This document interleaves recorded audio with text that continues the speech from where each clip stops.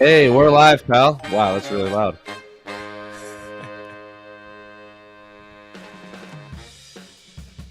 Hey, we're live, pal. Welcome, everyone, to another episode of the A-Side Live Chat here on MMAfighting.com. I am, of course, your host, José Youngs, here in scorching hot Phoenix, Arizona. When I say hot, I don't think you can comprehend. It was about 118 yesterday. So, yeah, don't come to Arizona ever if you want to live in the summer. And joining us, I'm happy to have him back after 2 years away. The last time you saw him on this program, he was the host. This was his show the last time he was on, and I was his final guest. I think we did like 2.5 hours on his last show, but joining us this week, also, we wrote Phoenix, but I don't know technically where he is in Arizona. Shaun Al-Shatti, the prodigal son, has returned. How's life?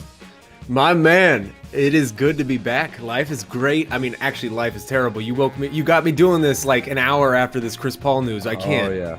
I can't handle this. Like, I'm on tilt right now. I'm just putting on a brave face for the world because I'm actually petrified of what's going on in my neck of the woods. You could be a Clippers fan. Just tell yourself that. That would never be a thing. I don't know why that would ever be. But at least who's a Chris Clippers Paul, fan? I don't know. Is our old pal Dave Doyle a Clippers fan? Doyle? Clipper. One person. Clipper fan. Yeah, who's the Clipper fan? fan? Yeah. I said fan. Yeah, I said there is eight. Singular. They have.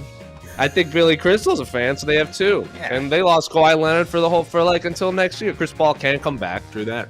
That series is 2-2. Let's just pray it goes 7 games and Chris Paul gets all the time he needs. And then I hope the Clippers win now, so the Suns don't have to play Rudy Gobert and that whole machine that is barreling through the Western Conference. But anyway, Casey. Oh, bring on the Clippers. Or not 100%. The Clippers. Bring on the Jazz. Bring on the Jazz, man. I'm fine with that. Honestly. I'll take that all day. Just give me Chris Paul healthy back. That's all I want. Like, this is our year. This is supposed to be the magical year where everything happens. I just bought like 3 different Suns and 4 gear merch yesterday. Like, we're going all in. We got to go all in. We need Chris Paul back. So now if anyone sees Shaun Al-Shatti in the wild, you have to yell Suns and 4 at him because that's his first name, apparently, as you can see on this lower third that Casey whipped up. Anyway, I tried to put Shaun Al-Shatti, and then it kept autocorrecting to Suns and 4. It's not my call. There you go. It's not my call. But it is wonderful to be back here on this program, Jose. I remember it was like yesterday where brought you on, passed you the reins, and now it's all coming full circle, my man. It's good to be back. Back in the day when the host was running pretty much all of the production, and then the pandemic hit, and Casey was like, "No, we're gonna make it pretty," and I was like, "Please, thank God, take it out of my hands. I can't handle all the technical issues." Shaun, you missed I think it was like 2 months of chaos. Every single episode that I hosted for 2 months, something went wrong, or something collapsed, or something broke, and people remember. We don't have to talk about that. I think I'm the only journalist more cursed than Luke Thomas when it comes to technical issues. But Casey, I noticed you're in America. Yeah. Oh yeah. I'm in America, living in America. Doing good. It's to be more specific, I'm in Inglewood, California, which is part of America, and we are a good 40 degrees cooler than you weirdos and living out in the desert in Arizona. So I'm smart. I'm smart. Last week, when the rest of our fellow media members were in Arizona, they were remarking how hot it was, and I was looking at the week ahead, and I'd be like, "You came at the perfect time," because it was like 101 last week, and now today is a cool, balmy high of 117 for 3 days. That's kind of when I remember when I was in Abu Dhabi for Habib versus Dustin, and it was like 110. And we're like, oh my God! And all the people at the hotel's like, oh, this is a cool week. I'm like, yeah, dude. I do have to say that Abu Dhabi weather, because I was there with you, Casey. Oh, that same event. Okay. Yeah. Oh yeah, I remember now. Yeah. Jose, we live on the surface of the sun, but my man, I have never experienced heat to the degree that Abu Dhabi week was. That was the most insane thing I've ever experienced. Because it was the heat on top of the humidity, and it just punched you in the face the moment you stepped outside of the taxi. I got in at like midnight the first night, and I stepped outside of the taxi, and I was wearing glasses because I was just coming from the airport, and my glasses instantly fogged up literally a half a second after being outside of the taxi. It was the most ridiculous welcome to Abu Dhabi. experience. Well, Yeah. I spent 8 weeks in Abu Dhabi in the last 12 months. So by the 7th week, I was just like sitting outside on my balcony. I was like, this isn't so bad. And then I went back to Arizona and I was like, oh, this is what non-humidity, like my body completely acclimatized to Abu Dhabi by week 7. It was not great. It was not I think great. that's called Stockholm syndrome. Yeah, especially when you can only go from one hotel to another hotel to an arena. And that's literally just a triangle you can do. Oh, it was brutal. I remember I missed the bus and I had to go interview Israel Adesanya and the City Kickboxing Boys at their hotel, and I missed the shuttle. So I had all this camera gear and I ran. Poor decision. Ooh, Poor that's decision. a bad call. Yeah, because I had to get there in like 5 minutes. So I ran and I get there and literally asked from and Gage was like, do you want another shirt? And I was like, probably, because I was so sweaty. Anyway, wait. Before we go on, I have one last weather-related factoid. So, talking about how hot it was, there was a story on the Associated Press released about, in Arizona in particular, their doctors were warning people it is so hot outside that people are dying not from the heat, but they fall down and then they fry themselves on the asphalt. it happens. That's how freaking hot it Wait, is. is that real? No, it was real. It was a story, but these doctors are warning. I think it's mostly for like older people. They don't want to have heat strokes going on walks because they'll fall down and they would die frying themselves on the street because the asphalt gets so hot. Oh my god! And so they're warning people just be extra careful. Go. But I read that story on Twitter, and then I left a comment. I go, "Ooh, grilling yourself to death. That's gotta suck." So I wrote that. It was like a little throwaway thing. I was like, "Oh, that sucks." And then like 5 minutes later, I get a notice from Twitter. I was put in Twitter jail for 12 hours because they said I was promoting suicide. I'm not joking. I was promoting suicide. Jeez. So if you haven't seen me on Twitter the last 12 hours, it was because I was in Twitter jail. That's where you went. That's ridiculous. I was wondering why my Twitter feeds like got calmed down for a minute. Twitter is a strange place. I've learned this past weekend, as Shaun knows, Twitter is a bizarre place, and there are corners of it that I did not expect whatsoever. As I open Twitter right now, and Diego Sanchez is tweeting about UFOs. Anyway, you had a whole Justin Bieber civil war going on in your Twitter this weekend. That was Casey, wild. You weren't. Yeah, you weren't kidding. I was like, if anyone goes, and then I quote tweeted it, I was like, y'all are nuts. And then they I have like 1,000 apologies. Like, we apologize for the fan base. I was like, you're good, guys. You're fine. Stop tweeting at me. Please stop. I'm tired of the notifications. Dude, and everyone's like, oh, your Twitter you probably got a bunch of followers. Almost none. No one cares. No one cares about MMA in the Bieber world anyway. If people were going through your history, I saw like tweets from like 10 years ago. Like those. Yeah. That was weird. When you're like a shitty college kid and you're trying to just be kind of clever with your tweets. Yeah. So I threw one out there and everyone's digging it up. And then I was like, yeah, bro, that was 10 years ago. I was 20. I have no issue with Justin Bieber. Like, he's doing his thing. All power to him. And everyone's like, oh my God, he's one of us. I'm like, no. Don't say that.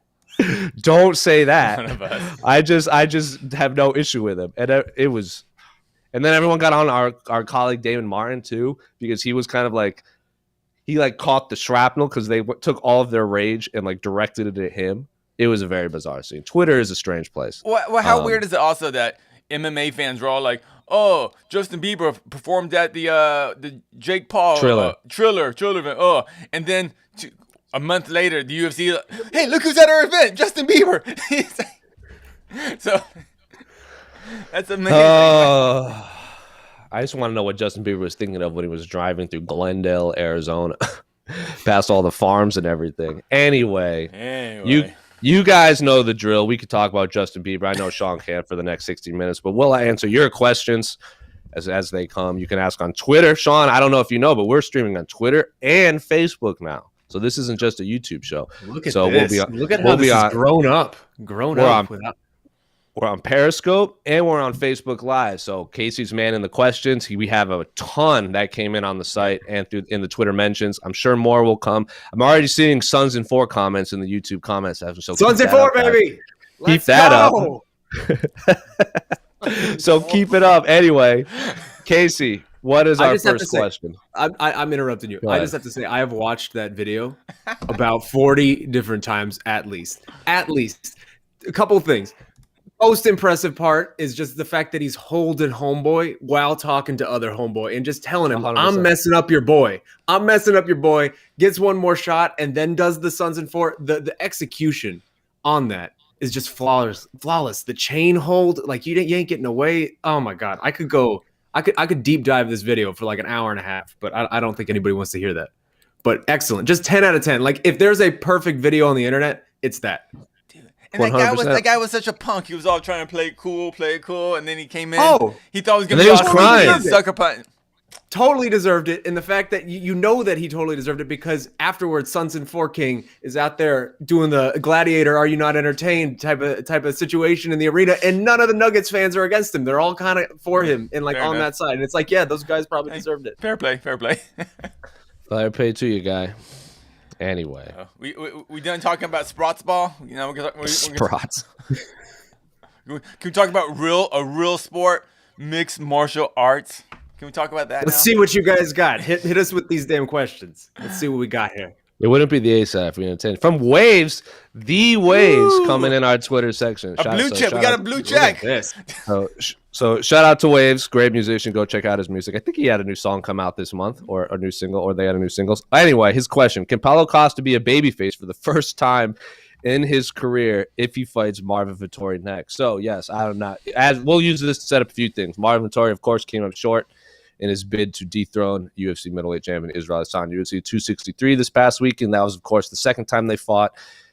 I think for a split second, he convinced himself he won, especially inside the octagon. But if you watch the post-fight interviews backstage, unfortunately didn't get to talk to us backstage at the press conferences, but he gave Israel Adesanya his props and respect after spending 8 rounds in the octagon with him, and then immediately called out the drunken Borrachina, a.k.a. Paulo Costa. Paulo Costa then tweeted, "I will fight this idiot if he dresses like this," and it was a photo of Marvin Vettori wearing his shorts backwards. So Paulo Costa is a weird guy.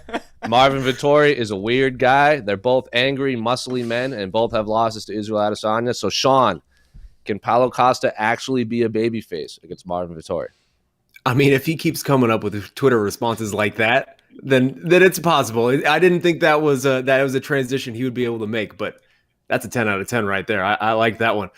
This matchup is pretty great, man. I'm not going to lie. This isn't one that I ever considered, but just the idea of it and what it could be when it comes to the lead up and how these guys would talk to each other and how they would kind of just both be saying nonsense that doesn't really make sense, but getting each other more angry with that nonsense. And then they kind of would, there's a language barrier too here. Like all of it is really kind of very, very interesting to me. I'm here for this. Let's do this. The trash talk, but both in their being in English, being their second language, is like, oh yes, I love it so much. But I think they wouldn't even understand what each other's saying, and they would just get more rage fueled off each other's rage because they would know that somebody's saying something insulting to them, and so kind of just would, it's like, I don't know what you said, but I don't appreciate it. It would kind of just keep bouncing back and forth. I'm so here for that. Let's do that. Well, I on the official weigh-in show. Mike Heck and AK were like, "Oh, that was a travesty of a press conference," and I was like, "The most recent one with Marvin and Israel Adesanya." I was like, "Hell no!" If you were inside that venue, I don't remember what it's called now. It used to be the Comerica Theater. It was just chaos, and I couldn't hear anything they were yelling at each other. I just saw 2 men screaming. If they do media, I need Paulo and Marvin Vettori on stage together at some point, yelling at each other. I don't want their first interaction to be a stare down. I need them in the same room talking all that greasiness. But I also like how Marvin lost and already had a name, like right away. He's like, I want to fight Paulo next. I love that. I don't want to I'm going to take some time off, this and that. Nope. I want Paulo next. Let's get back into it. I love everything about this fight, and I hope it's next, and I hope Paulo and Dana can sort something out so we can see these 2 middleweights fight next. I absolutely despise The Ultimate Fighter, except if Paulo Costa and Marvin Vettori can be the coaches, and they don't even need fighters. Just 2 coaches of no fighters. I don't even care about the other whatever people on the show. Just So they're just hold on. They just have to be roommates. Just put them in the house together and like that's all. I have an idea here. This is how you fix the Ultimate Fighter. This is the brilliant idea right here. Okay, you get Paulo Costa, you get Marvin Vettori. Case, you're totally right. No fighters at all. You just put them. They have to live in the house. They have to live in the Ultimate Fighter house together. And every day we do coaches challenges. That's it. That is the whole show. It's just coaches challenges. One day we're playing table tennis. One day we're running the hurdles. One day we're doing shot put. Whatever. I just need to see these two in an enclosed environment, bouncing off of each other, talking trash that neither one understands, getting super upset, getting super competitive, and just doing the silliest obstacle courses in Pogs or Pokemon cards, like whatever. Bring out the weird hobbies. Like, let's just get them in competitions every day against each other. Episode 4, Costa versus Vettori, Sellers of Catan. You know, I wish. Dude, see, okay, the problem with Ultimate Fighter is actual fighting. We don't need the fighting part. We just need 2 angry dudes in a house and competing against each other and everything. That's it. We have enough. I love you. Thank you. I love you too, Casey. I love you too. We have enough fights. We have enough fighting. Yeah, let's just use the Ultimate Fighter as a way to promote people's personalities more and market them more, right? And who? Tell me who wouldn't watch this? Who's not in on this? Because I'm in on this. I wish Marvin had a weird coach like Paulo Costa as Captain Eric, because then you can add a wild card into that situation, like 2 just goofy over the top coaches. Because Rafael Cordero is pretty even keeled. Just bring in 1 second. Everybody gets 1 second. Vettori, bring in Sean Strickland. They train together. Oh my God, that would be a nightmare. I just discovered Sean Strickland's Instagram and it rules. By the way, I was like, I was on the fence about Sean Strickland. I was like, okay, now I'm all in. That guy's crazy. I love him. All right, we're good. Roll the credits. Yeah, I think that's the show. We fixed the Ultimate Fighter. What more can we do here? That's it. That was the A side. Thanks for coming, everyone. All right. Thank you for the question, Waves. Thank you. Yes, so that fight rules. Make it happen. And Costa is the babyface. All right. Wow, this is a long one. All right, from Tristan Gordet on the MMA fighting site. You think Lauren Murphy will be Valentina's toughest challenge yet? Lauren thinks she can expose holes in Valentina's game, as she said in her interviews with Mike Heck, and believes that Valentina has never fought anyone as tough as her before. I know it's the fight game and anything can happen, but has Lauren even shown any indication during her win streak that makes you believe that she can go out there and present problems against Valentina? Many people thought Jessica Andrade would present problems as well, but look how that turned out. So yes, we'll use this as another way to set up this fight. Lauren Murphy beat Joanne Jojo Calderwood at UFC 263 in Glendale. I saw a lot of people saying Joanne Calderwood won, or it was a controversial decision. I'm not going to lie. I was interviewing some fighters backstage, so I missed 2 of the 3 rounds. So I don't know if it's a bad call or not. I'll let you guys inform me. But that's 5 or 6 in a row for Lauren Murphy. She's beating pretty much everyone put in front of her. She's the only one in the top 5, I believe, that hasn't fought Valentina. So she should be next. Even Valentina, after her win over Jessica Andrade, said she's going to be watching this fight. But then, of course, Dana White was like, oh, we're not going to make anything official yet. Lauren Murphy herself said at Media Day that she needed to go out there and have an impressive performance to get the shot. She can't go out there and stare at JoJo for 3 rounds, pick up a decision win, and then get the title shot. I don't know if that's how the fight played out, because, again, I missed 2 of the 3 rounds. I can't remember who was talking backstage, but I missed a chunk of it. So, Sean, I'll start with you. I'll ask 2 questions. A, did you score this fight for Lauren Murphy? And B, should she get the next shot at Valentina Shevchenko? Well, it's funny because I was actually backstage right next to you. So I was also interviewing fighters and doing that sort of thing. But I tried to catch most of it because this was a very important fight for the card. And I scored it for Lauren. It was obviously very, very close. It felt like you could go either way on this 29-28 either way. I did give it to Lauren, though. And honestly, man, she deserves it. I think it's very typical Dana that he obviously wouldn't say that on fight night. He's got a lot going on, but there's nobody else in the division. There isn't really an option at this point, and maybe it's not, the matchup that lights, the division on fire or headlines of pay-per-view, but it's the matchup that needs to happen. And ultimately, sometimes we just need to get through these type of fights. There's no one left at 125 that's going to be anything less than a 15-1 dog or like a 13-1 dog against Valentina Shevchenko. This is kind of the reality that we're dealing with right now, unless we can get some new blood in this division. And Lauren Murphy has earned it, man. Like, she really has. Like, I am incredibly impressed with what Lauren Murphy has done in this turnaround that she's had over the last couple of years. She's someone who started her UFC career, like 2-4, 2-5, 2-4, I believe. And ever since then, she's totally turned it around, 5 straight wins, and she's the underdog in almost all of these different wins. And it's just so impressive to see someone this late in their career really grit it out and kind of have this magical late chapter. I'm just happy, if nothing else, that she's going to get a big spot and a big payday before she's able to call it quits on her career. I don't know that I would go out and pick her to win this fight, obviously, but I think she's earned it, and I think it's a good matchup. Casey, is there any other fight for Lauren Murphy to take next? I can think of one, and it's a big maybe, but is there any other fight for Lauren Murphy after that, unless it's Valentina? There's no reason she should take another fight. I the whole kind of premise, I've seen this a lot, this out there. Oh, Lauren Murphy's going to get smashed with Valentina, whatever, blah, blah, blah. She wants to fight Valentina, blah, blah. It's like, I don't care. It's like, it doesn't matter. The champ is the best for a reason. That's why they're the champ. Everyone should be an underdog fighting the champ. So that's, I don't, just because you're going to get ass kicked by the champ. Lauren Murphy has earned her opportunity to get her ass kicked by Valentina Shevchenko. It is an honor to get your ass kicked by Valentina Shevchenko. That's what you do in this sport. You work your way up to get eventually beat up by Valentina Shevchenko.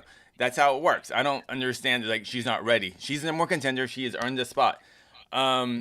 Did she? Sorry, what was the actual question? I was just no, you're totally right. She's 37. Like, she's not ready. She's more ready now than she's ever going to be. Like, is Valentina Shevchenko just not supposed to fight until we find somebody who can potentially maybe beat her? Like, this is just how it happens. DJ was out here. This is how DJ racked up the most title defenses in UFC history. Like, you just give the next person in line the opportunity, and maybe sometimes you'll get a TJ Dillashaw, Henan Barrow out of it that you're like, oh my God, we didn't see this coming. Nobody's ready till they are. I don't know how to say it. Like, Chris Weidman wasn't ready for Anderson Silva, then he won. Holly Holm wasn't ready for Ronda Rousey, then she won.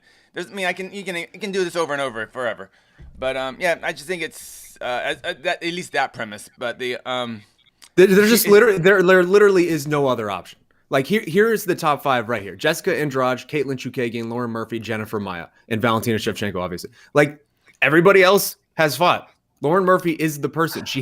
There's no one left. There's no other options. Would anyone be surprised if the UFC booked her to welcome Tatiana Suarez to the flyweight division? I would be disappointed. If the UFC I would be disappointed, but I wouldn't be surprised.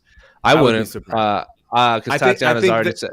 I want, like, Lauren should fight Valentina next. I 100% agree with that. But Tatiana Suarez has said she wants to come back at 125. Everyone kind of assumed it would be against Kylan Chukagian because she's been kind of the one to welcome the strawweights coming up to flyweight. But if Dana White, for whatever reason, doesn't want Lauren Murphy to fight Valentina next, and he wants Tatiana Suarez to fight her next because he wants her, he views her as a more marketable fighter, give her the number one contender. And if Lauren Murphy beats Tatiana, then give her Valentina. If Tatiana beats Lauren Murphy, then give her Valentina, whatever. Don't think it should happen, but I wouldn't be surprised. I'll tell you why it's not going to happen. It's not going to happen because the UFC needs title fights. And right now, every Valentina title fight is at least a title fight on the card that they can throw up there. They're not going to just sit around with Valentina. Like, she's ready to go. She's ready to go fight. If she wants to get on a card, they're going to just throw her against whoever the best possible option is. And right now, that's Lauren Murphy. They're not going to wait, hey, Valentina, we're going to have a contender for you in 5 months. Just chill out for a second. Like, that's not how the UFC operates. They're just going to keep the train moving. And the Suarez thing, I don't think works either because we have the injury possibility. Tatiana hasn't actually competed. So what, they build up this big fight and then Tatiana gets injured, her neck goes out again, and then we're back to Lauren Murphy again on short notice or something.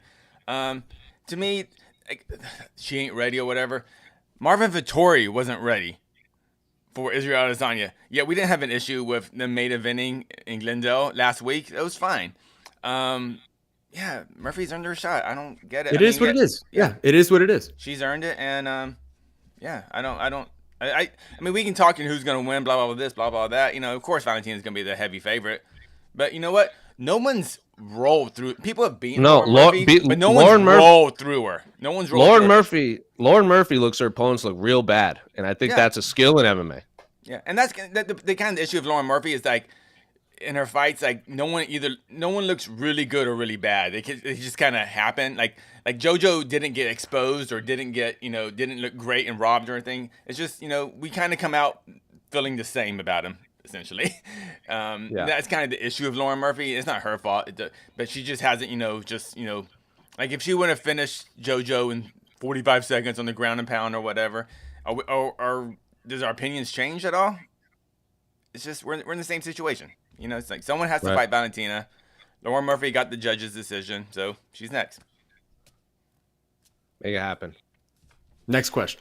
Thank you for the question, Tristan. Daniel Pompilio on Twitter. How about Aaron Pico killing it in Bellator? Looks like Coker is not trying to ruin him anymore. When will it be ready for the top 5? And what do you think about Claressa Shields' debut at PFL? So 2 questions. Aaron Pico, of course, emerged victorious. It was Bellator 260, correct? That was the number on Friday. Yeah. How many wins in a row is that for Aaron Pico? That is 4 in a row now. 4 or 5. Yeah, that's 4 in a row since his most recent was his knockout loss to Boric, right? Boric, who in turn has emerged as one of the best featherweights on planet Earth. Yeah. And then before that, it was a knockout loss to Henry Corrales again, and who's now 135, if I remember correctly. Yeah. Hard hitting guy, and Pico was winning that fight until he got punched in the face really hard. So, Casey, I'll start with you. What do you make of Aaron Pico's chances at a run at the title? I know the title's kind of up in the air right now with the Pitbull McKee fight that still has to happen. But what do you make of Aaron Pico's recent run in Bellator? Just listen to Aaron's interviews. He lays it out pretty well. When he came into this sport, he was a great wrestler. He was a great striker, but he did not know how to fight mixed martial arts. That's all. I mean, that's about it. He took his losses. He learned from them. So after the Corrales loss, which I think was wound up being a second loss of his career. Yeah, second. Yeah. His first fight in Bellator was his first loss. Yeah, well, that was his first 145 loss. I'll go with that. And he changed management. He changed he completely moved from Southern California to Albuquerque. He got under the tutelage of Greg Jackson and Brandon Gibson. And it's just a perfect fit for him. And so, and everything those guys say about him, like, they tell me off the record, too, the same exact thing. Like, Aaron's the real deal. He works his ass off. He's freaking talented. He's a great athlete, and he loves mixed martial arts. And, And right now, and the second part of the question is Coker not trying to ruin him anymore. This actually goes back to Pico's management, which he did change. Now he had a different manager before. I'm not sure who it was. Now he's under Ali. So I think Ali's handling him better now. And but Pico wants those challenges. He called for Boric, and now he's having an issue with these guys not wanting to fight him. So Aaron Pico is just must-see TV. I don't know if he'll win the belt. I think he's I think he's talented enough to. But he's must-see TV. I'm just excited to see him. If he fights anyone, I think everyone just has to see Aaron Pico fight. He's just one of the most exciting featherweights in the world, without a doubt.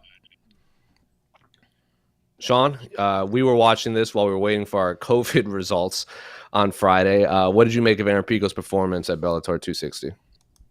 It's impressive, man. It really is impressive what this kid I hate to say kid too. I sound like Dana White when I do that. What this guy is turning into, man. I mean, he's only 24. He's 24. You can call him a kid. He's 20. Yeah. He's 24 years old though. That's the thing. Like he's been in our lives for what, like 4 or 5 years at this point. Like we were hearing about him like 6 years ago, 5 yeyears ago. Articles were being written about he was the greatest prospect of all time. Like that is a lot of baggage to come into the sport with and try to uphold that as you're navigating your way in this brand new thing you've never done. He's really found himself, man. And like you mentioned, Casey, the team that he's put around him now, between his management and what's going on at Jackson Wink, it really feels as if he's sort of found his place in the sport, kind of found what's going to be most helpful for him, his processes, and just the people around him seem to be very much managing it in a way that is more beneficial to a prospect rather than the way we saw it early on, where it's just like, hey, it's his first fight. Let's throw him in against Zach Freeman. On this huge spot, like that's not a great lightweight. Idea. Yeah, like Yeah. there was a lot of mistakes at the beginning, but at this point, he is a monster, man. Like you really like when you watch those fights, it feels as if the guy he is fighting is in omnipresent danger at all times of just being really brutally ended in like a ferocious highlight reel fashion. I'm here for it. I'm really excited about what he's turning into, and we're about to get this AJ McKee Pitbull fight up in Bellator, which is one of my most anticipated fights of the year. Like for the featherweight title, like that is everything that you could possibly hope for Bellator. Two homegrown products really meeting at the perfect moment. But Aaron Pico is very quietly laying in the background right here in this featherweight division. And if I don't know if he's ready for that, but I don't think he's very far off either. And the idea of Aaron Pico against either of those dudes is one that I hadn't allowed myself to really start entertaining up until this last one, Jose, when we were watching this last fight, because it just does feel as if he is starting to be a fully complete fighter, not even approaching his final form, but at least approaching that level where he is starting to be able to take on these actual top level guys in this sport. And it is very exciting to me. Yeah, if AJ beats Pitbull, I would imagine AJ is going to want to fight for Pitbull's lightweight belt too, so he can become a champ. But AJ McKee versus Aaron Pico has a lot of storylines that would go into that. They used to train together. Pico and AJ were like the golden children of Bellator for a long time, coming up in Antonio McKee's gym. Pico left, and Casey, remember when we went to that Bellator media day in California? We were asking AJ about all the other featherweights, and he was kind of doing his thing, kind of talking all this greasiness, and then we brought up Pico, and he got real serious. He's like, "That's my brother, but I'm not going to say anything right now." And you could tell he was holding a little back. Like maybe he seemed upset that Aaron left. And then we asked Aaron if he wanted to go join the tournament, because remember AJ hurt his knee.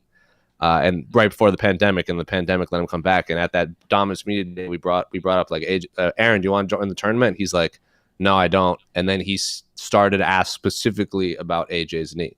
So there's a lot of storylines in there. But I'm not going to say no to Aaron Pico Pitbull either, because that fight rules too.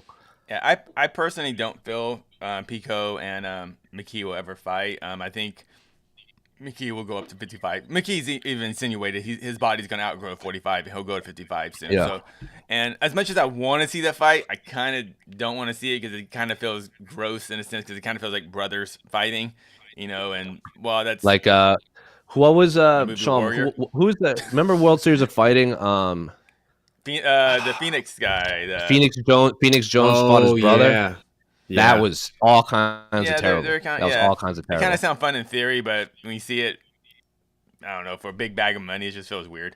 But well, they also had a lot of like family issues come to the surface leading up to that fight, which no one needed. Anyway, second part of the question: what did you guys make of Claressa Shields' debut in PFL? Sean, I'll start with you.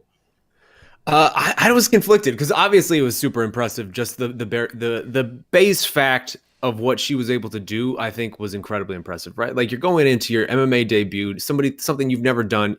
For some reason, you're facing a brown belt in jiu-jitsu who's primarily a grappler, like a long, rangy person too, who can kind of keep you at bay with front kicks a little bit. It was a very weird matchmaking, and that was, I guess, maybe where I didn't enjoy that aspect of it, because to me, like, I'm a guy who grew up in Pride, right? Like, I grew up watching the Pride style of matchmaking, and if this was Pride, you throw her in with like a overweight pro wrestler or like this half retired kickboxer, and she comes in, destroys the woman, and you have this highlight reel that you can just put on over and over again, and she looks like a monster. And that's the way you do the MMA debut, and everybody comes away from it really impressed. That obviously wasn't this, but it was still really impressive to just see her really just grit this out and pull off this come from behind win. It felt like poor Brittany Elkin was really fading really hard and feeling the stress of the moment and the weight of the moment there in that third round. But I was incredibly impressed, man. I mean, Claressa Shields is still very far off from being any sort of a finished product. And the idea that Dana White was toying with a year or two ago about throwing her in there with Amanda Nunes, I'm actually very glad now that didn't come to fruition, because that wouldn't have been good for anybody except for Amanda Nunes.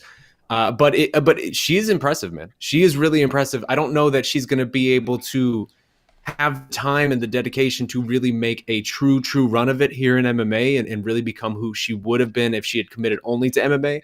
But I'm really interested to see how far she can take this and how far she wants to take this, because that was I mean, you can't knock what she did in her debut. That was really, really impressive. Yeah, I'm glad you brought up I don't know if she's gonna have time, because how long has she been at Jackson's? Like a while now, right? Like training MMA. Less than 6 Not months. a while, not a long time, but Yeah. like Less than Just 6 months. Just But months. she's had a boxing match during her time at Jackson's, right? Like in the middle of training for MMA. Yeah. So if she's trying to do both, it's going to be hard for her to. No, she's doing the Izzy. She's actually doing the Izzy. I thing. understand. Izzy was a high level kickboxer. I know. While also I understand. training MMA on the DL. I understand, but Izzy wasn't also all of a sudden thrown into like this prime time spot on ESPN for his debut. Yeah, Izzy was able to lay low. Like, we're going to be hyper analyzing every step that she takes. And Claressa, to her, and I like this. What one of her phrases where she could quit boxing.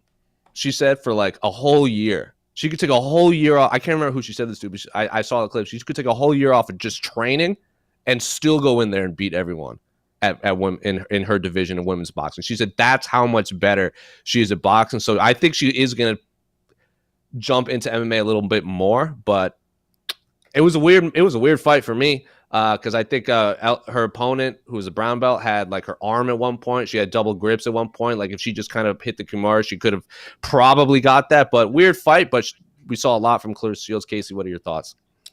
I'm gonna disagree big time with Shaheen.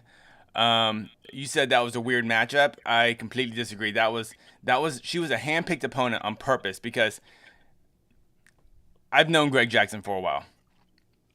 If they would have, say, picked, let's pick another boxer going into MMA, and say Claressa Shields knocks her out in 15 seconds, 30 seconds. From Greg's point of view, from the coach's point of view, that means they learn zero from that. That means Claressa actually gets no experience. She goes, okay, I just did a boxing match with small gloves. By facing this opponent, she felt the pressure, main event, but an opponent that would give her a hard time, but somehow she would have to fight through and win the fight. One of Greg's golden rules is where he coaches, be comfortable being uncomfortable, and that's what I saw in Claressa Shields. When she was put in bad positions, she did not freak out. She did not just like hump and like try to buck out and use all her energy and just burn her arms out in the first 30 seconds, which essentially every white belt does. She didn't fight like a white belt. She fought like she fought like an experienced white belt, in the sense that she didn't have a couple stripes. She got a couple stripes. Yeah, a 2-stripe white belt, in the sense that she didn't burn herself out, but she also recognized that, okay, I'm in a bad position. It's okay. I'm in a bad position. It's okay. And that's such a giant thing for a fighter to learn. So from the coach's point of view, from Shields' point of view, while, you didn't get that 10-second highlight knockout, I think you got something so much better for the long term of her career. And also, look back in fighters' careers in general, the great fighters, their first fights, I'm probably weren't that impressive. Either they knock him out in 30 seconds, but you don't just learn. Dude, DC's first fight, when he fought his first fight was televised on Showtime, I think, for Strikeforce on a Show XC fight. Oh yeah, he fought some rando dude, like a 3-0 heavyweight, and it was an ugly 15 minutes. And I remember watching, it was like, all right, and then but he needed that. So I thought it was a great performance. I thought it was a great debut. And while it wasn't the big knockout we were hoping for, I think we got something better. That's all. I don't know what you're talking about with DC, because he fought Gary Frazier and he ended up destroying the dude in like 8 minutes, and it was Did he finish Gary Frazier? Okay, maybe he finished him, but yeah. He was super, super ugly, because I remember I did this big thing on DC. It was ugly, though. It was ugly. It wasn't. You didn't go, DC, that's one of the greatest fighters ever. You weren't thinking that. You were like, okay. No. It was a very ugly, ugly fight. And I totally understand where you're coming from on this, Casey, and I actually appreciate and agree with a lot of what you're saying. I just think for the debut, like for the second fight, this would have been a perfect second fight to me. Like for the debut, I think you just get somebody out there and you get the highlight and you get the confidence just rolling of like, okay, we're doing this is working. And then we can sort of start navigating the problems and the holes and things like that. I just think for the first fight, with everybody tuning in, it's such a big deal. You took a risk. You took a huge risk. Like if you did this fight 10 times, she might have lost 5 of them.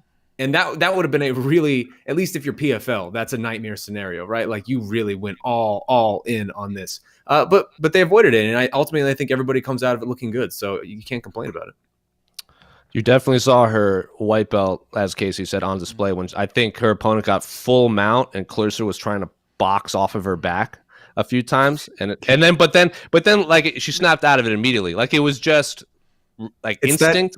Yeah, like you're like, instinct of the fight or crap, flight and then and then she like calms down, but there were like you could definitely tell she's got a lot to learn, but a win is a win. And she came back and won, so kudos to her. And coming back from adversity is a big freaking thing in the sport. Coming back from adversity, So I've always said that, like, we know a fighter can kick someone's ass, but once they're kind of behind, how do they do? Yeah. Let's pump. Claressa Shields could have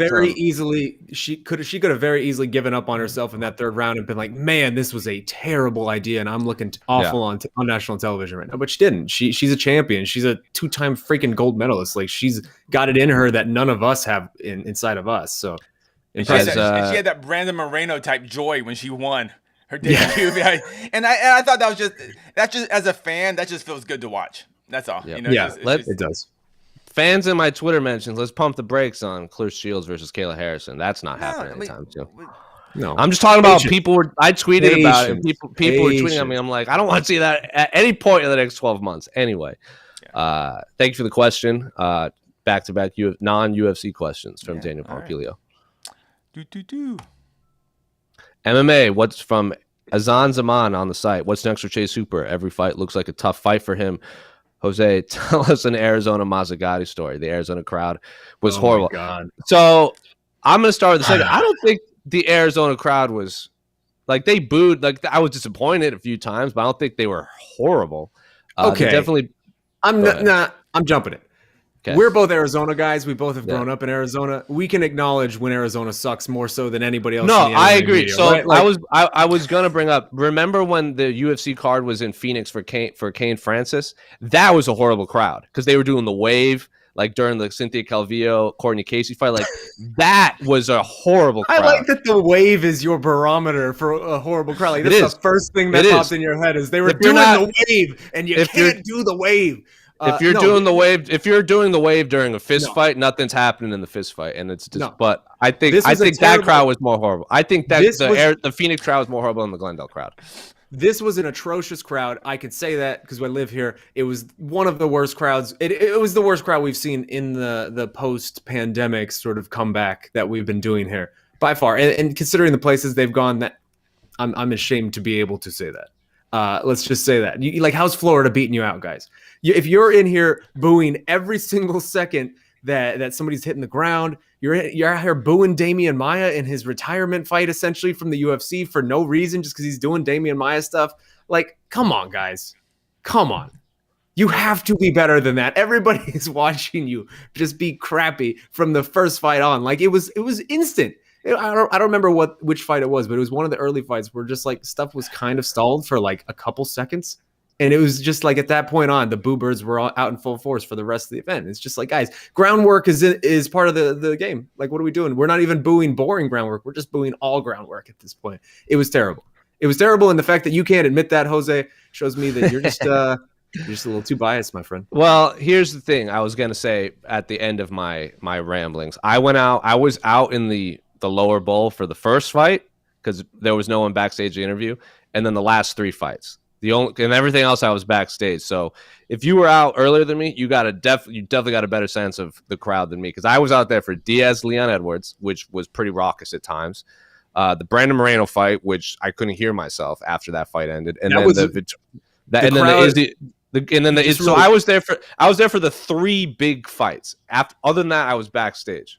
So I will defer to you for the crowd thing, but what I saw wasn't as bad. I will say the crowd was incredible for Moreno because they were behind 100%. Moreno all week.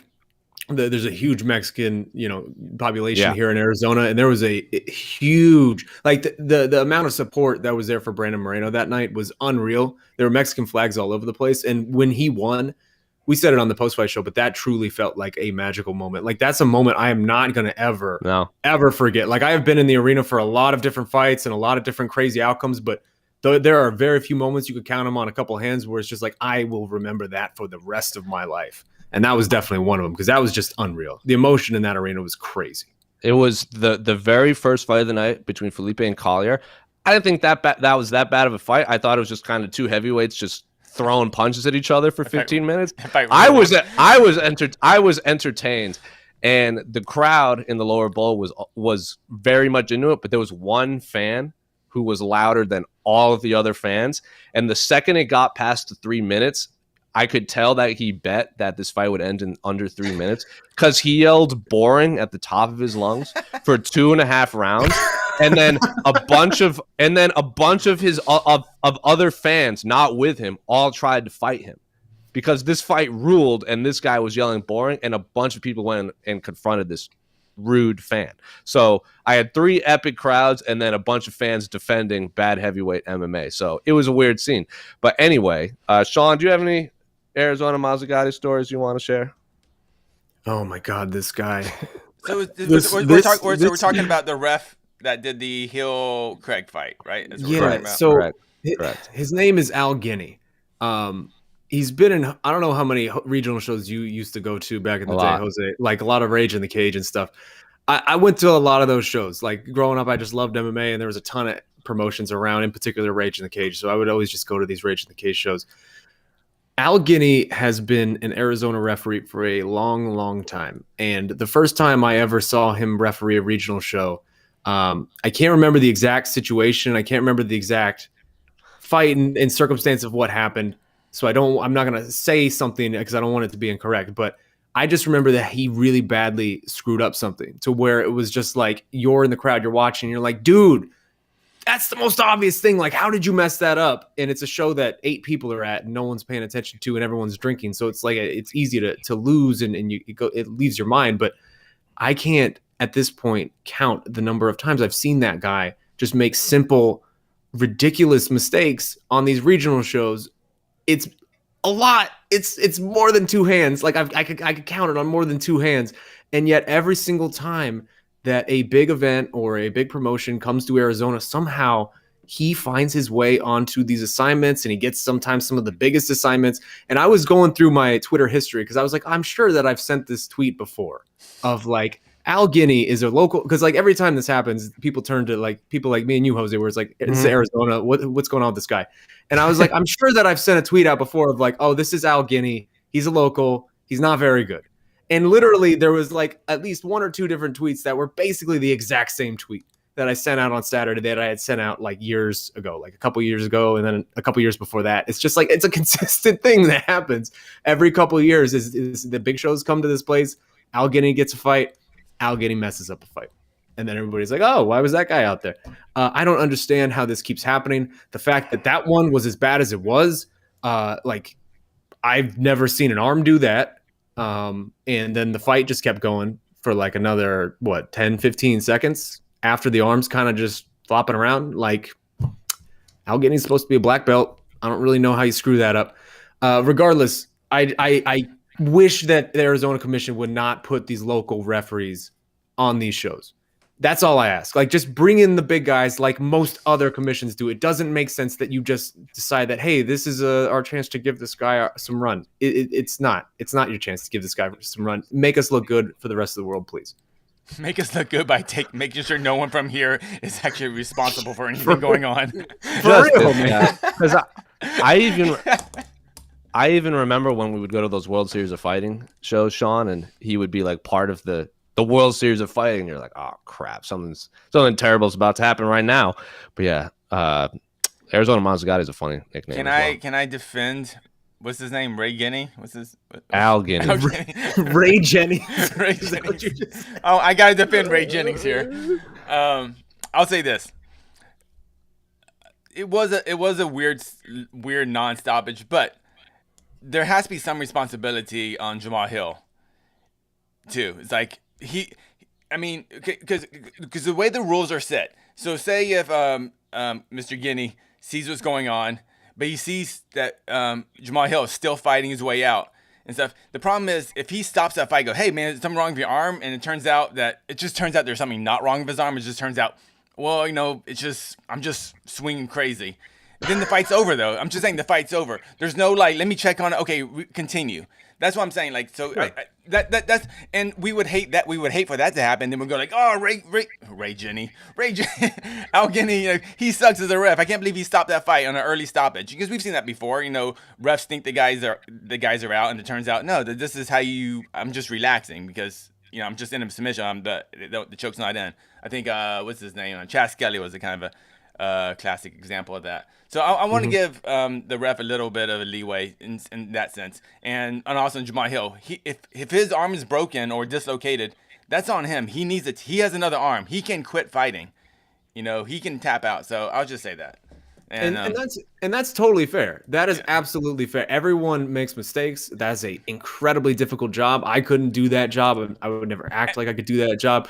But I think it's just more of like, a long time. He's had a history. It's like you've had a lot of moments here. If this was an isolated incident, Ray Jennings, where it's just like, this is the only time that Ray has ever screwed up, then like, okay, like we can just move on with this. But Ray Jennings has consistently screwed up his entire time I've ever, like the hit percentage on Ray Jennings fights that I've watched refereed where he screws up is like 75%. And at that point, it's just like, if I'm expecting you to mess up, and like I can come away from a fight like, oh wow, I can't believe Ray didn't mess up that fight. Like, that's not a place we need to be with the referee. We shouldn't be surprised that you did your job okay. That's all I'm saying. The next time Al Guinea fights, refs, he has a fake mustache on, and he's like, "This is Ray. I'm Ray Jennings reporting for work." Anyway, the first question, Mr. Zaman asked, "What's next for Chase Hooper?" Casey, that's a good on. Casey, go for it. Well, he's only on a 1-fight losing streak. The fight was competitive. He's 21 years old. His opponent missed weight. Your opponent missed weight. You booked Chase Hooper against the worst featherweight you have. That's all. He just whatever number 30 is in the UFC rankings, you have Chase Hooper fight number 35. That's all. And, or you bring somebody in, to be honest. Like you bring somebody else in to who is that guy, right? Who is the number 35? Because I'll tell you what, Jose. I know what you're saying. Like, but Jose, I think you would agree with me. Like, I was stunned how big of a pop Chase Hooper was getting all week. It was nuts. Like, I thought when he was getting treated like a star. Like, when he came out for weigh-ins, loved him.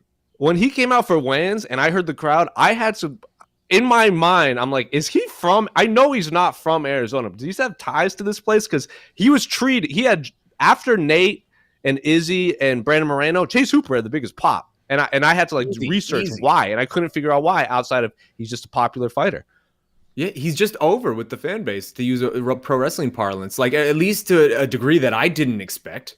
Like that was... Yeah. So normally I would say, you're kind of in a situation where you're just in the UFC, you're stuck. You kind of have to sink or swim here, but he does have some heat behind him, and he seem to have a following. So if I'm the UFC, I'm trying to nurture that a little bit. I'm trying to bring in guys that maybe there'll be competitive fights, but Chase can beat him because he is a flawed fighter right now. Of course. He's very, very young. 21. He's very extraordinarily young. He probably shouldn't even be in the UFC. He did an interview with Mike Heck, and he said, He goes, well, I might have to go to 55 once I get through puberty. The dude's still in puberty. I mean, he's joking around. I know, but I don't know. I'm just, if you're the UFC, you kind of have something here, and so you have to nurture it a little bit. It's going to take time. Like, I don't think we're talking about Chase Hooper being a fully, even coming close to a complete fighter for 3 years, right? Like, in 3 years, he's going to be Aaron Pico's age. And we're still talking about Aaron Pico like he's still a work in progress. So it's going to be a while. I don't know how they're going to have this many guys to give him competitive fights in the meantime, but that's kind of the move you have to do because he does have some genuine popularity and heat and following behind him that at least surprised me. And Hooper's a tough Hooper. I mean, despite his looks, the dude's a fighter. He takes a beating and he fights through. He goes through adversity. He doesn't hit the first shot. Oh, can't get the heel hook. Oh, this sucks. I quit. That's not him. He is a fighter. He is a tough dude. He's 21. And since he's not like a natural athlete, he's not going to... He has to win fights on actual technical skill. And he's only 21. It takes years to develop all that technical skill if you don't just have that natural, crazy athleticism. He just doesn't, But just I give will him time. say, Yeah. my biggest worry goes exactly to what you just said. He kind of is winning fights on toughness right now, Which and that's not a good quality when you're 30, and that's an even worse quality when you're 21. Like if you're consistently gonna if every fight's gonna kind of follow a rhythm of I'm gonna get the shit kicked out of me until somebody gets tired, and then I can kind of Homer Simpson them on the ground, like, man, that's not what you should be doing when you're 21 and 22. Like that's going to add up fast. Like that's how you get to sort of those Rory McDonald Shogun age where you're like 30, but you kind of look like you're 39, that type of thing. Like, I don't know, man. I really hope that he can avoid that sort of road and path for his career, because that's not good for anybody. And you brought up, Casey, it's only a one fight losing streak. He was about 2 minutes away from losing to Peter Barrett before he got that heel hook on. Because that was the fight. Do you remember Joe Rogan for 2 rounds said Chase Hooper doesn't belong in the UFC, and then got that heel hook 3 minutes into the final round. And then we brought up to Dana White, and Dana was like, "Yeah, he's just a tough kid." And I was like, "That's toughness only gets you so far." Also, he fought Alex Caceres, who has 30-something fights. Steve Peterson also has 30-something fights. They have more professional fights than Chase Hooper has years on this planet. So maybe don't give him a veteran who has gone a lot of losses, a lot of wins, a lot of losses. Like, as Casey and I have said on the show a lot of times, sometimes that just comes with experience. Like, there's certain moments in a fight. That's just an experience factor right there. So let's give him someone that's, But I do, not a my 35 big worry about fight. Chase Hooper is if he doesn't get matched up properly, even if he loses fights, that's fine. But if he just takes horrible beatings in these losses, by the time he's 23, his mixed martial arts career, professional career may be over. And that just sucks. Yeah. So you just got to be very, because this isn't like regular sports. So once you're kind of done, there's very rarely do you come back. There's no fountain of youth you're finding, Yeah. So just be very careful. Like, this is when I wish we had more boxing type matchmaking, where I would have Hooper face bantamweights for the next 5 fights. But I know UFC just doesn't do that, so that's their thing. Whatever. Who is that UFC fighter that has I think he has the New Mexico flag, Casey, and he's also super young, and he had like 3 UFC fights and I 7 months, name, and he's 0-3 already. Like, I don't want that to happen. I think of a name I think of right now is Larissa Pacheco, whatever, Pacheco. She fights in PFL right now, but she used to fight in the UFC at 135. But she signed when she was like 21, 22 years old, and she got like her butt handed to her by like Jermaine Durand and I think she lost a couple of fights. So by the time she was 23, her career was done.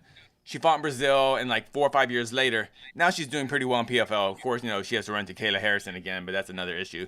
But she's a really good fighter who got her. It's just, be careful, Chase Hooper. Be careful, UFC. He's a really good fighter. I don't think he's a champ, but just be careful. It's easy to get caught in the quicksand when you're kind of on this level this early. It was Jerome Rivera, Casey. He won the Contender Series, and then he fought Tyson Nam, Francisco Figueiredo, who's Deiveson Figueiredo's brother, and then Ode Osborne in 5 months. He's 0-3, and he's 26 right now, and he has a new fight on the Poirier-McGregor card. All right. So he could go 0-4 in less than a year into his UFC debut. Rough times. Okay, we're almost at an hour, so let's just kind of talk faster. I'll start blabbing. Stop blabbing so much. Dan Harden. This question. Yeah, this isn't a simple one either. Don Harden, it seems on Twitter, it seems that Colby Chaos Covington is doing the rounds, accusing Poirier and Usman of some pretty serious things without proof. I'm all for trash talk, but what is the role of an MMA journalist? So, yes, Colby Covington's been doing a lot of interviews, including with our own Mike Heck. You can go watch that interview after we're done with the A-side right here. Shaun, I don't know if you watched the interview or saw the clips that are on our Twitter, but he basically brought to light that he's the one that allegedly broke the story of Usman talking around other managers, potentially leaving Ali. And then he also said that Usman is the quote-unquote, and this is Colby Covington's phrase, the quote-unquote CEO of EPO, and he's doing all the steroids down in preparation for his camp. So, but to answer this question specifically, what is the role of an MMA journalist during interviews like this? I haven't seen the actual interview, so it's hard for me to speak in context in that regard. So I guess I can address what Colby's saying. I'm not. Yeah. More of it's just a generalization. You interview a fighter, the fighter says, "Oh, this fighter does this, this, this," and that's like borderline illegal stuff, or illegal in the sport, and maybe just. Basically, Colby accused Dustin of, his charity isn't real. It's a tax write-off. It's not. This isn't the real guy. That charity is BS. That type of stuff. See, it's weird, right? Because I think it's one thing if I'm interviewing, I don't know, Kelvin Gastelum, and Kelvin Gastelum starts saying these type of things, I feel like someone like that comes with a certain level of credibility where it's just like, oh, well, that's not really like Kelvin's personality to just make up some stuff. And then I feel like that's a different level of a conversation, a different kind of approach than if it's just a guy like Colby. Because Colby's just chill. Like, they'll just throw stuff out there and see what sticks. Like, it's really difficult for me to believe anything Colby says, because that's just kind of the character and the persona that he's created. Like, he's just this guy who's going to come in and he's going to fire wild shots for 20 minutes during the interview, and half the things he's going to say are ridiculous and half are going to be exaggerated. And it's weird with a guy like that where he is obviously playing a character in terms of policing the interview space. Like, someone like that, you kind of just give them the runway and say, hey, go. And afterwards you can kind of go back and parse through it, because there is so much there. But where do we draw the line, though? I mean, I drew the line with I drew the line with Colby a long time ago. I don't really enjoy much Colby content. I'll be honest. Like, it's not my style of how fight promotion goes. But I know that there are people who enjoy it. So certainly, I'm not going to tell them that they're wrong. It's just a personal preference type of thing.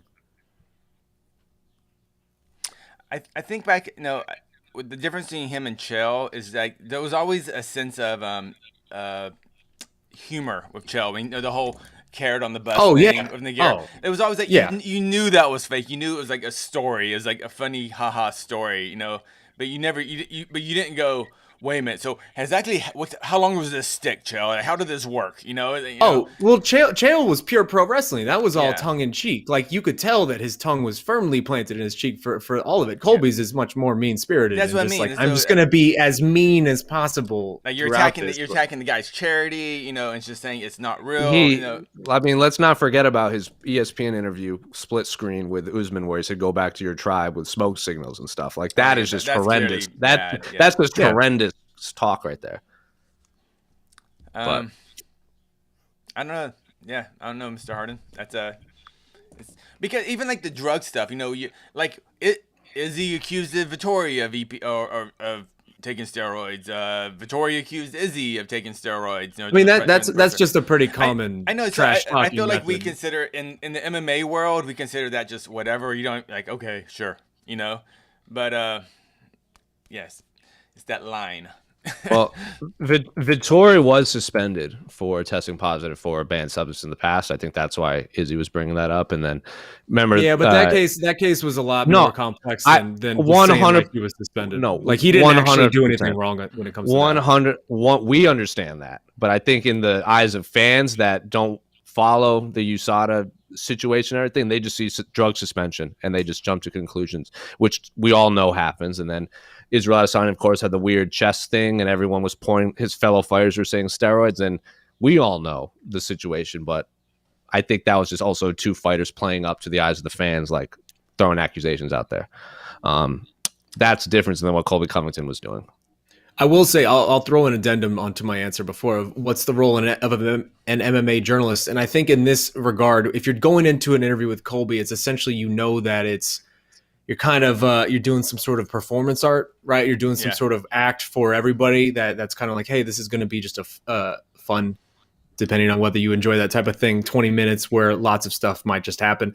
The role of the journalist, in my opinion, at that point is after the fact, where if you are writing any of that up or you're putting any of it out there, you have to provide proper context of like, hey, a lot of this isn't true, or hey, here's links to this and this and this of what he's saying, of why it might not be true, that type of thing. Like, you have to provide the full scope of context to this guy's wild accusations and claims. You can't just put them out there like, hey, he says this and maybe it's true, maybe it's not. Who knows? I want to see someone, especially like do you remember you were at the June card? Which card would Colby Covington beat Dos Anjos? I can't remember the exact. It was Yeah, I know Chicago. it's Chicago. I just can't remember the number. Don't matter. But that was when Colby was doing the whole. That was when Colby's whole thing was the Eagles. That was the week the Eagles said no to going to the White House. Kneeling on the flags. They're Kneeling for the flag yeah, stuff. kneeling for the flag stuff. And he kept bringing that up. And then a reporter goes, they're not kneeling to disrespect the flag. They're kneeling to protest police brutality. And Colby Covington looked completely caught off guard by someone pushing back and not going with the stick and not going with his stick. And then he goes like, yeah, well, it's just disrespectful. And then like that, the journalist just goes, oh, he doesn't believe anything he says. And he just moved on. He just moved on from that conversation. So it's, but what Shaun said, it's not for everyone. It's not for me. So I don't take anything he says overly seriously. And this is a good segue. What's up from Daniel Pompilio? What's up with Adesanya humping Vettori, costing, grabbing Vettori? Can something be done about it? Is there a rule against it, or can the UFC intervene? Can something be done about it? Can something be done about it? Well, Daniel. What do you want done about it? Well, Daniel, Casey. What was it back in the day? What was the Randy Couture fight where Randy did this? I'm trying to remember. When Tito Ortiz was threatening with a leg lock, and Vettori was like, Couture was like, good try, and was just patting him on the butt because it was like a leg lock from the bottom, and he goes, yeah, good try, man. And then Tito's corner was like, he's tapping, and then, that's the Couture thing. But Daniel, this is a sport where grown men strip down to their underwear in a fist fight inside of a cage in front of 20,000 people. I think there's worse things happening than Israel Adesanya kind of having a silly goose time inside the octagon. Nate Diaz was freaking twerking in the cage. So Nate Diaz and Leon were throwing the finger at each other. Can you imagine if that Nate Diaz strategy had actually worked though, where like we have an actual highlight out there where he's like doing that back that ass up bump, and then all of a sudden lands like his 1-2, and like actually like that was how we got that crazy last minute was off of something like that. Like he'd be even more legendary at that point. Like I don't even know what I was watching. Derek Lewis tried that against JDS. He like doubled down like in pain from a body shot, and then Junior like runs in, and then Derek Lewis just like explodes and catches him off guard. So yeah. But to answer this question specifically, there's no rule, and nothing will be done about it, nor should there be done about it, unless someone goes really over the top. But if the other guy doesn't like it, they're in the middle of a fight. They can probably, they can do something about it. Can something be done about it? Yeah. Don't put yourself in a position to get humped by Israel Adesanya in the middle of the octagon on a pay-per-view. After you talk tons of trash for a long, long time in a really deeply personal way. Yeah. After your manager said that, what did he say? That Israel Adesanya had the gay gene and needs to be researched by science. That's what Paulo Costa's manager said. So yeah, don't say that. That's worse than what Izzy did. Anyway. Can there be a rule against it? Keep it moving. I love Izzy gets stripped. He gets humped a fighter during a fight. Anyway. We're getting rapid fire ones because we've gone a little over. Let me go to I got some YouTube comments real quick. Here we go. Oops. Oh, that's too small. Jessica Crystal Crew, you guys look like cool dudes. Love the energy. Good job. Jessica, a couple of cool guys. Jessica, send Shaun some crystals. He needs to. I got mine right here still. Casey, and I know you have yours. Oh yeah, I got mine. Yeah, everything's Shaun right there. I missed this whole crystal era. I have no actual concept of what the crystal era was and how magical it might have been. The crystal era started when. Oh my god, is that a crystal? That's huge. It's huge. Dude, the Crystal Council. So heavy. The Crystal Council veins are popping. Is it just like if you popped that open, it would be like? We don't know. I have no idea. I don't want to find out. I don't want to break it open. But the Crystal Council sent us all these crystals and sage and everything.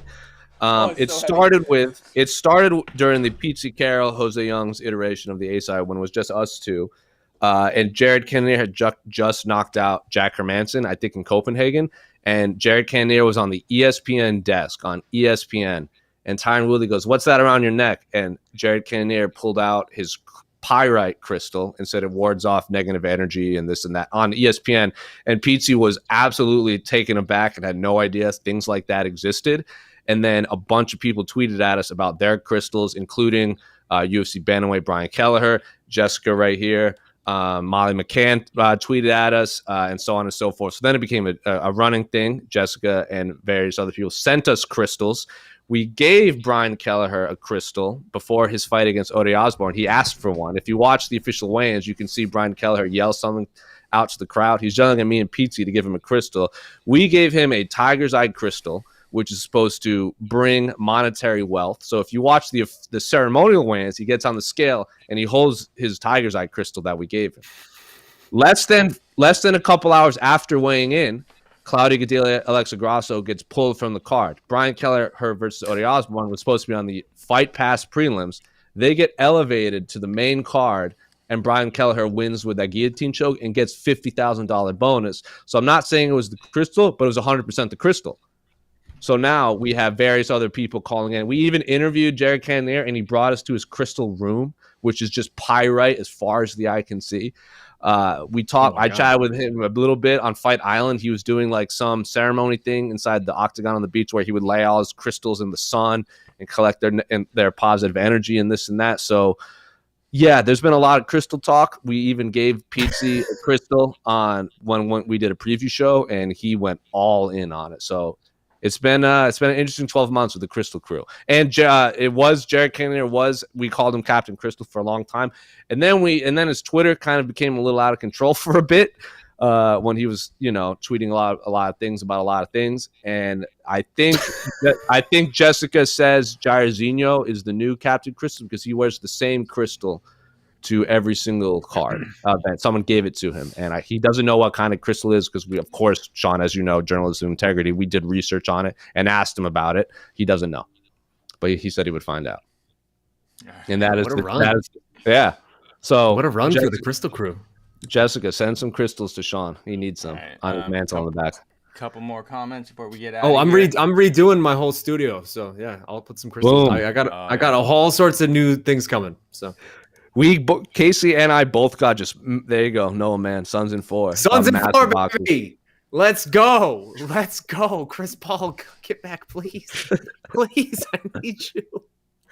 Oh, this is the year.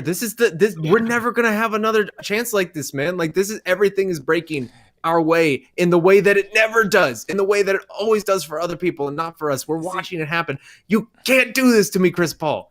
Come back, please. Please believe me. Let's pray for 7 games between Jazz and Clippers and get all the time we needs to come back. Shaheen, what? Okay, all these I get on Dave Doyle about this because he's a big Patriots fan. I was like, oh, it's so easy to be a fan of a winning team. I admire you, sir. Okay, hold on. Being a fan of a shit team. Hold on, Jose. No, I know what you're gonna come in. No, I just want to defend. I want to defend Doyle for 1 second for being because Doyle, when I grew up, and so Dave Doyle's obviously much older than me. When I was growing up, the New England Patriots were the worst team in football. So you can tell a Patriots fan from that era and a Patriots fan from this current era. And hold on. Yes, I understand. Every team sucks at some point. I understand Shaun is a Patriots fan in Arizona, but I'm just saying you can really tell a fan like my dad. He grew up when the year I was born. The Patriots were 1-15. Like they were historically bad until 1999. Yes, they went to a Super Bowl, but they got cooked up by Brett Favre. 21 years ago. Yeah, and the Patriots had Tom Brady. They were bad before Chase Hooper was born. Yeah, look, it's to the point. Yeah, go ahead. All I'm gonna say is that the Suns, before all of this happened over the last 11 years, were historically great and historically unlucky. We were the 4th winningest franchise in NBA history, and we're the only one, I think, in that whole like top 5 or top 10 to not win a title. There was a giant list that I won't go through right now of just like, here's the unlucky thing that happened on this season, that the reason why we didn't win a title. Here's the unlucky thing that this happened here, suspension, injury, all of this stuff. It was nonstop my entire life, and then all of a sudden we just became abject trash. And not even just like the fun kind of trash. It was like the kind of trash where you're not even doing one thing or the other. You're kind of in this middle zone where you're not like tanking and drafting these good prospects who are giving you hope for the future, but you're also not like you don't have anything to look for in terms of future, past, anything. You're kind of trotting out Isaiah Cannon and Tyler Ulis and Mike James and all of these ridiculous draft and Marquise Chris and Dragon Bender and Josh Jackson and just like this parade of endless bullshit that wasn't anything. I watched so many seasons where I watched 90% of the games of 19 wins out of 82 games. And then all of a sudden we fall 4 spots in the draft because somebody jumps us. And it's just, it was the worst type of misery ever, where you just feel that this is never going to end. And you don't know why you're wasting all your time on this. And you have no sense of anything when it comes to like what actual basketball looks like at a certain point. Like I don't really watch a lot of other teams. So like for a long time, basketball was just an ugly sport to me because I didn't actually understand what good basketball looked like. And now all of a sudden to randomly have this come into our lives, really since the bubble last year, where all of a sudden we're 8-0 in that bubble. And ever since then, we're basically the best team in the whole NBA when it comes to records. This is genuinely the wildest thing I have ever experienced as an adult man who likes sports. And I never saw it coming. I am enjoying every second of it. I've been to like 5 playoff games at this point. Jose and I have already started conversations about potentially going to Utah for game 1 to make assholes out of ourselves if that's the series. I'm trying to enjoy this as much as possible. I just bought $300 of Suns in 4 merch yesterday. Like, you don't understand. I don't know that I'll ever experience this again in my entire life. And all I ever wanted was just once. Just give me one. Like my whole life. Like I'll live the rest of my life with none if you just give me one, because I don't even understand what one would feel like. This felt like it. Like this feels like the chance, man. Everything is breaking our way. Every possible, like I was afraid of Brooklyn, and now maybe Brooklyn's still in it. So like, who knows? But like, it just feels like things are breaking our way in the way that they never do, in sort of like a 2011 Mavericks type of situation. Yeah. And I am so trying to not just go like get myself too up for it, where it's just like, I'm just going to have the worst heartbreak of my life. But there is a 90% chance that at some point during this run, maybe after a playoff game, like Phoenix is just going to burn to the ground, because the whole state feels like I just did. Like there's a billion people in the state who could just make that exact same rant. And at some point, you're just going to see me outside of this arena in the middle of a riot, flipping burning cop cars with my shirt off. Like, it's just like, this is the inevitable end to this. If we win this title, I'm going to be gone off the face of the earth for like 2 weeks and wake up in some back alley in Thailand. Like, I'm not going to understand what happened 2 weeks of my life. It's going to be ridiculous. And I just want that. I just want to feel that once. Just once. As someone who didn't grow up in Arizona like Shaun did, Phoenix Suns actually had good fans even when they were bad. Like, I've never really met a diehard Diamondbacks fan. You don't meet a lot of diehard Cardinals fans. When you go to those games, it's like 75% for the other team and then like 25% for the home team.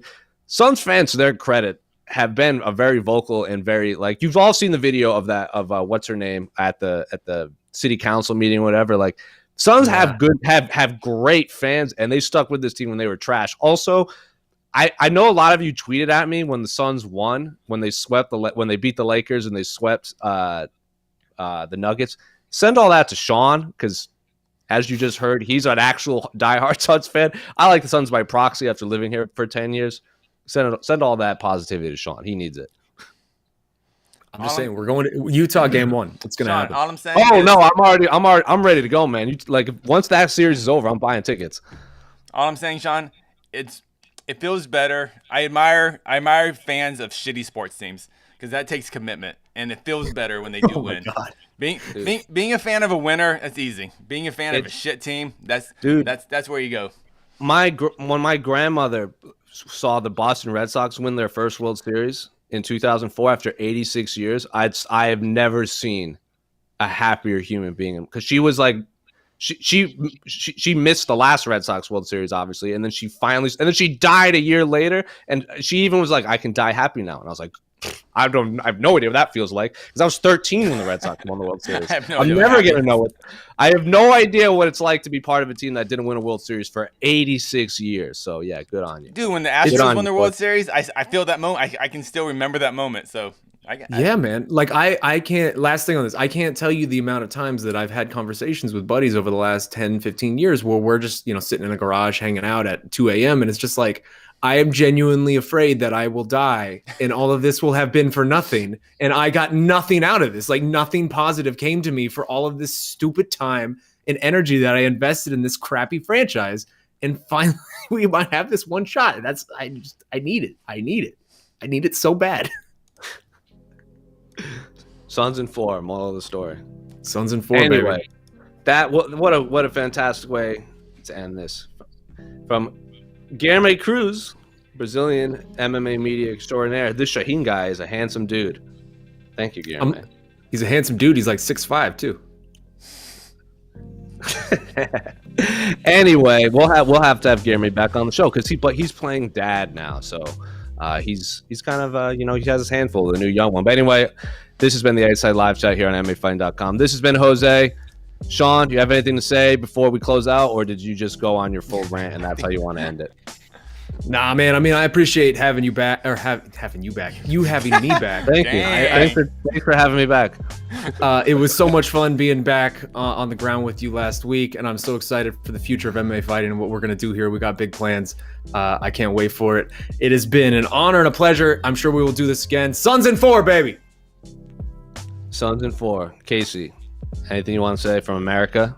Is that a Super Junior? Is that a Super Cup shirt? Yeah, it is. Yeah. I don't know. Just be nice to your fellow neighbors and I don't know, have fun out there. Don't be an asshole. Don't be an asshole. What a way to end it. You can find this on Spotify, Stitcher, YouTube, iHeartRadio, Apple Podcasts, Google Podcasts, Periscope, Facebook Live, and of course you come back here and watch it on YouTube. And with that, we'll see you next Wednesday. Happy birthday, AK. Oh boy.